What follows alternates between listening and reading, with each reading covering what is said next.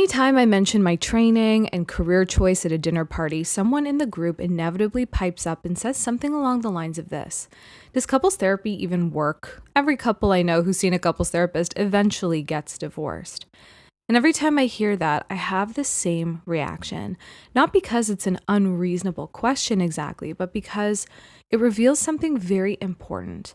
It reveals a misunderstanding so baked into our culture that most people don't even realize they're carrying it. On the surface, the understanding seems clear enough, right? Going to a couples therapist is probably a bad sign. It means your relationship is failing. If you're going to see a couples therapist, you're probably going to wind up getting divorced. Therefore, couples therapists are probably a waste of time and money. But understanding this dilemma at a deeper level reveals a much more profound truth about our culture and the way that we still view psychological intervention. Mental health help and relationship health help is still so stigmatized that people only seek treatment at a point of intense crisis, and more often than not, as an absolute last resort before divorce. And so when I inevitably must answer this dinner party question, I always say the same thing. A couples therapist is a clinician, not a magician. A couples therapist is not a wizard. A clinician cannot wave a magic wand and make your relationship better if you have already waited too long to seek intervention. Now that sentence tends to land. People usually get quiet after that because it forces a much more honest conversation. Even though we've made so much progress within the discipline of psychology and with the concept of mental health, this myth that couples who go to therapy inevitably wind up getting divorced still circulates constantly. Sometimes it's misleading, sometimes it's partly true, it depends, but sometimes it's really not true at all. The reason this is even a pattern is not because couples therapy is inherently ineffective. It's because people see mental health intervention as a last resort when they are in deep, deep crisis. Rather than being proactive with their mental health or their relationship health, they wait and wait and wait. And this is where I always find myself reaching for the same analogy because it's visceral. We understand physicality so clearly. It's tangible. It's visible. We can look at a foot and know instinctively what it looks like when it's healthy. If that foot gets cut and the person says, you know what, I won't go to the doctor, I'll just give it a wash. We understand the gamble that they're taking. And then that cut begins to ooze. It gets infected. And the person says, I'll give it another wash and a Band-Aid and hope it goes away. The foot begins to hurt more, and the person can barely put any weight on it by this point. He's limping. He can barely walk. Over time, the wound becomes gangrenous, with necrotic tissue beginning to form. Now, at that point, many months in, the person says, this is terrible. Maybe I'll go to the doctor after all. But at this late stage of intervention, the physician only has one option. We need to cut off the foot for your survival. It is the same thing for a relationship. It is the same thing for a couple. This allegory can translate directly to your relationship.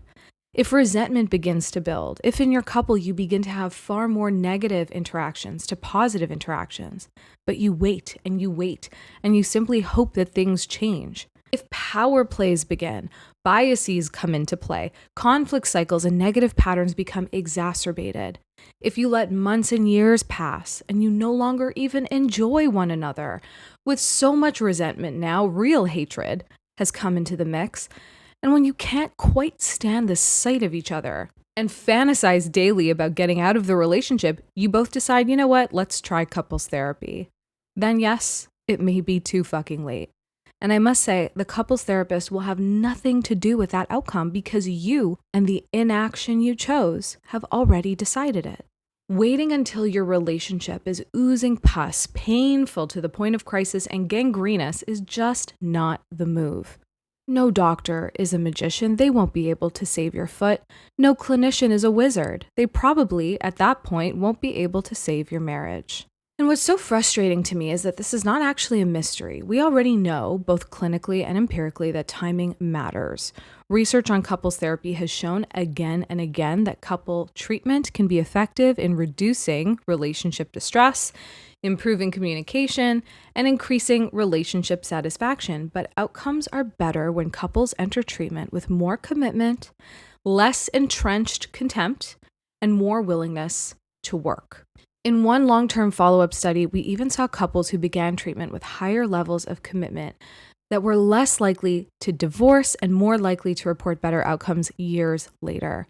Couples therapy as a field is not fringe. This is not an unserious space. It is an established clinical domain with multiple empirically supported approaches, including emotionally focused couple therapy and behavioral approaches, both of which have lots of evidence behind them.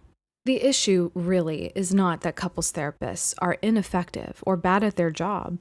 It's that couples therapy is still seen as a Hail Mary, a last resort in our culture.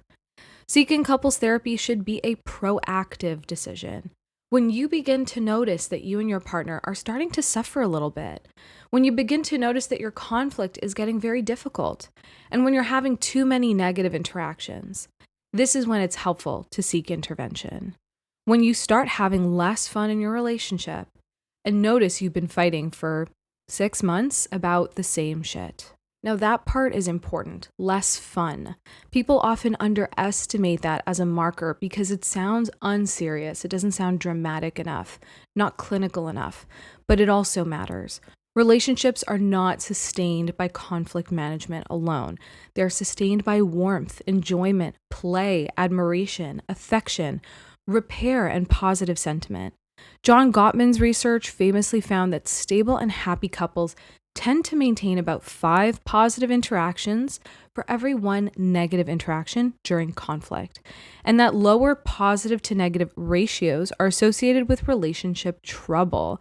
So when you begin to notice that you're not laughing as much, not softening as much, not reaching over for each other as much, that matters. Those are not superficial data points. Those are the emotional climate of the relationship shifting in front of your eyes. And I do think that this is where our culture really fails people. We have not normalized relationship care in the way that we have normalized at least somewhat physical care. We still act as though getting help for a relationship means the relationship is broken, rather than understanding that getting help can be part of how you keep the relationship from breaking. We still frame intervention as evidence of failure instead of evidence of investment, care, and meaning. If you really think about it, this is such a strange way to approach something as central as love. We are willing to spend money on vacations, renovations, engagements, weddings, furniture, houses, photo shoots, outfits, children, extracurriculars, holidays, all the scaffolding around the relationship. But when it comes to seeking skilled help for the actual relational bond itself, people suddenly become skeptical, avoidant, and even a little dismissive. And by the time they come in, they often want the clinician to perform a miracle on a relationship that they themselves have neglected for years. That is not how any living system works and thrives. A relationship is a living system. It's not static. It's not a frozen thing. It is co-created by you and your partner. It's something dynamic, reciprocal, constantly being shaped by repeated interactions. It is alive. You don't get to starve it, contaminate it, neglect it, and then be shocked when it's suffering and when it's not thriving. This is also where I think another misunderstanding comes in. People think of relationships in terms of big betrayals or dramatic events. They think nothing catastrophic happened, so maybe we're fine. But long-term relationship deterioration often happens not in one spectacular explosion, but in the repetition of small and unresolved moments. The cold tone they give you, the criticism, the eye roll, the withdrawal, the refusal to repair the assumptions that are being made. These are accumulated injuries that never quite get metabolized or understood or fixed. And over time, these become the system of the relationship. And systems, once established, become self-reinforcing. They are repeatable without you even knowing it. Now, clinically, we see this all the time. One partner reaches for connection in a way that comes out critical or demanding. The other partner feels attacked and withdraws and shuts down. The first partner, now feeling abandoned, escalates the conflict. The second retreats even more. Neither one is fully getting their core need met. Both feel hurt. Both feel misunderstood, and because neither fully understands the cycle they're in, they begin telling themselves a story.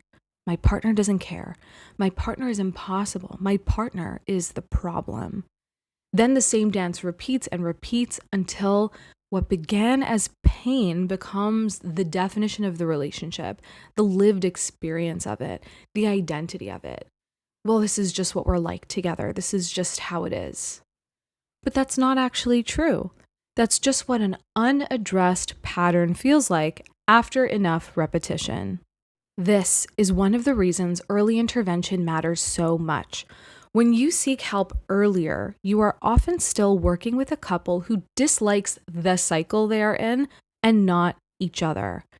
And that is a vastly different therapeutic landscape than when you are working with a couple who have come to equate each other with pain itself. Once contempt sets in, and contempt is, we know, one of the strongest relational poisons, the work becomes exponentially harder. Gottman's work on the Four Horsemen has long emphasized that contempt is one of the strongest predictors of relationship dissolution. So by the time one or both partners are steeped in contempt and fantasizing daily about their escape, no longer even perceiving each other with any kindness or generosity or openness, the relational tissue, think of it as like a human body, the relational tissue has already sustained a huge amount of damage. Now, that does not mean all hope is gone in every case, and I want to be careful here because I do not want to flatten the nuance. Some couples therapists are much more skilled in crisis intervention. Now, this is one of the areas that I personally like to think about and research and work in. Deep betrayals, navigating profound traumas, things that may have happened to the couple collectively together, or to both in the couple individually, or to just one person. Infidelity, extreme crises. Some clinicians genuinely do have more skill and more experience in this area. There are couples who come in after affairs, after major life ruptures, after attachment injuries, and they do meaningful transformative work. Emotionally focused couples therapy, for example, has a lot of evidence that supports gains in relationship satisfaction and attachment-related change, including in distressed couples in extreme crises. Behavioral and integrative approaches also show improvements in communication and adjustment. But, and this is a very important but, if you have 10 years of resentment buildup, hating your partner, never fixing your patterns, and you've convinced yourself already that you're better off without them, this is not a framework for healing, no matter how skilled the clinician. This is not a foundation for progress. Think of it as the foundation of a house. A clinician can help illuminate the pattern. We can help translate between two wounded nervous systems. We can help create moments of insight and repair, but a clinician cannot install desire and love when there is none, nor can they create a willingness where it has fully died. And maybe that is the part that people struggle with the most because it means accepting that therapy is not something done to you while you sit there passively. Therapy is not a spiritual car wash. It's not some mystical procedure where you bring in your destroyed relationship and a professional hands it back to you polished and restored. You are an active player in your life.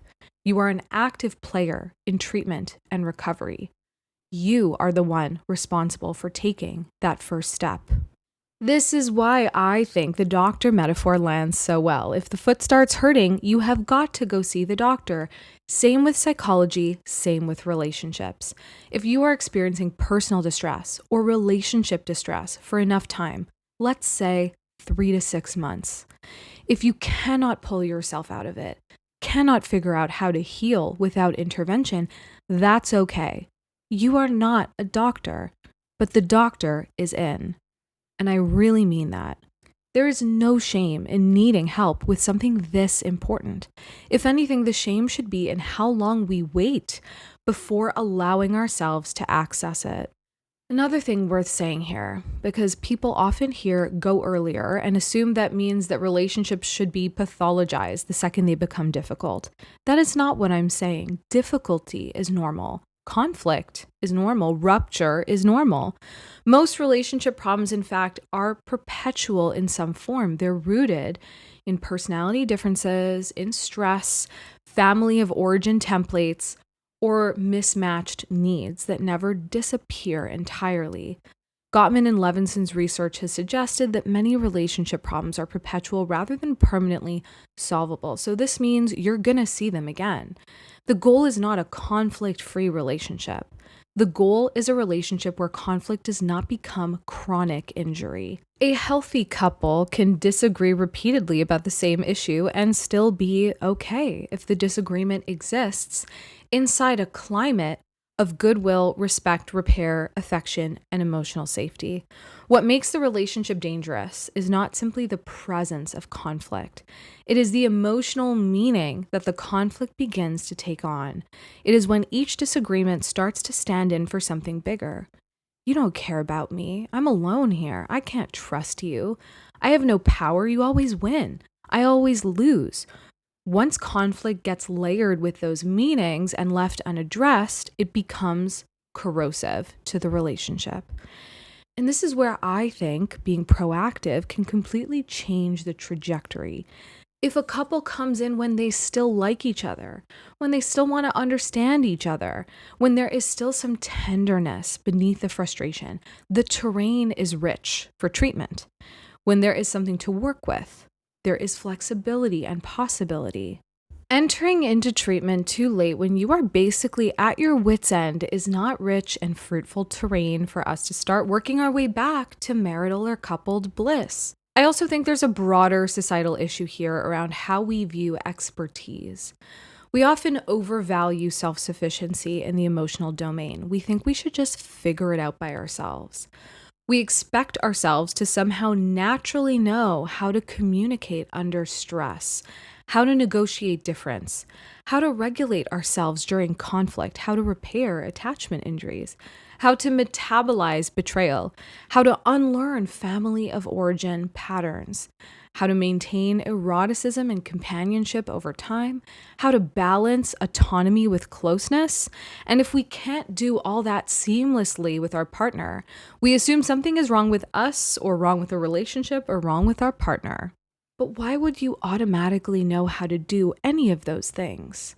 Where have you learned them? Most people have never been properly taught how to love. They've absorbed fragments or models, defenses, and strategies. Maybe some good ones, maybe some terrible ones.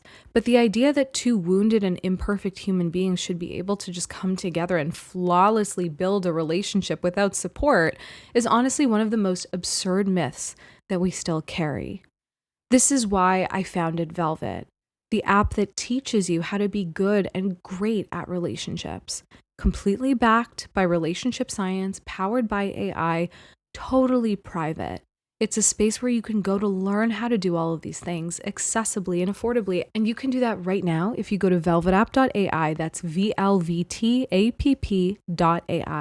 Unlearn your bad habits in love and learn new and healthy ones. Asking for help still feels like a failure to so many people.